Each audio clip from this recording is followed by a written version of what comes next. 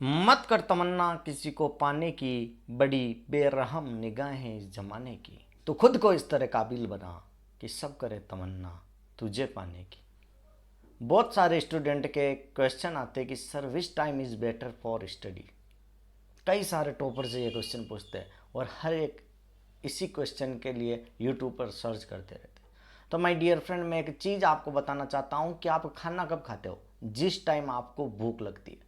तो आप स्टडी का टाइम भी इसी अकॉर्डिंग सेट कीजिए कि फॉर एग्जांपल आपको मॉर्निंग टाइम में कोई चीज़ ज़्यादा समझ में आती है, मतलब आपके लिए इफेक्टिव टाइम आपका मॉर्निंग हो गया।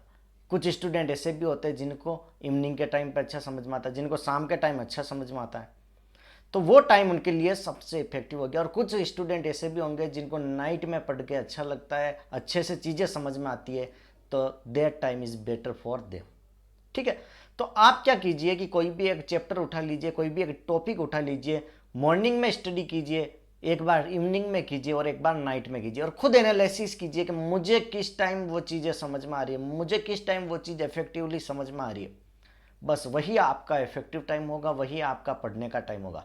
किसी से भी पूछने पर कोई नहीं बताएगा, क्योंकि सबकी स्ट्रेटजी अलग होती है। कोई 2 रोटी खाता है तो कोई 4 रोटी खाता है, तो किसी को पनीर पसंद होता है तो किसी को नॉन वेज, सबकी अलग अलग चॉइस होती है। तो उसी तरीके से आपके बॉडी, आपके शरीर की क्या कैपेबिलिटी है वो आपको पता है। कितने टाइम स्टडी करना है ये भी आपको पता है, क्योंकि कोई टॉपिक आपको 3 घंटे में समझ में आ रहा है तो कोई टॉपिक आपको आधे घंटे में समझ में आ रहा है। कोई बंदा ऐसा भी होगा जिसको जो भी पढ़ता है सब कुछ समझ में आ जाता है, तो वो 3 घंटे में पढ़ के एग्जाम क्रैक कर लेता है।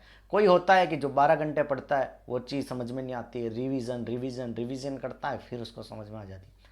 तो ये जो भी इफेक्टिव टाइम होगा ना स्टडी का, ये पर्सन टू पर्सन वेरी करता है, और ये सिली क्वेश्चन आपके मन में होना नहीं चाहिए। आप खुद अपने लेवल पर एनालिसिस कीजिए कि यार मुझे किस टाइम पे चीज़ें अच्छे से समझ में आ रही। 2 से 3 दिन वेस्ट होंगे, लेकिन इस पर एनालिसिस खुद कीजिए, आपको खुद को पता चल जाएगा कि हाँ ये टाइम मेरे लिए बेटर है, बेस्ट है। ठीक है। और उसको 8 से 10 दिन तक लगातार फॉलो कीजिए कि 10 दिन तक मैं कंसिस्टेंटली इसको फॉलो कर पा रहा हूँ, अच्छे से पढ़ पा रहा हूँ। तो बस उसको पूरे लाइफ टाइम अपनाइए और आपका एग्जाम क्रैक होगा। Thank you so much.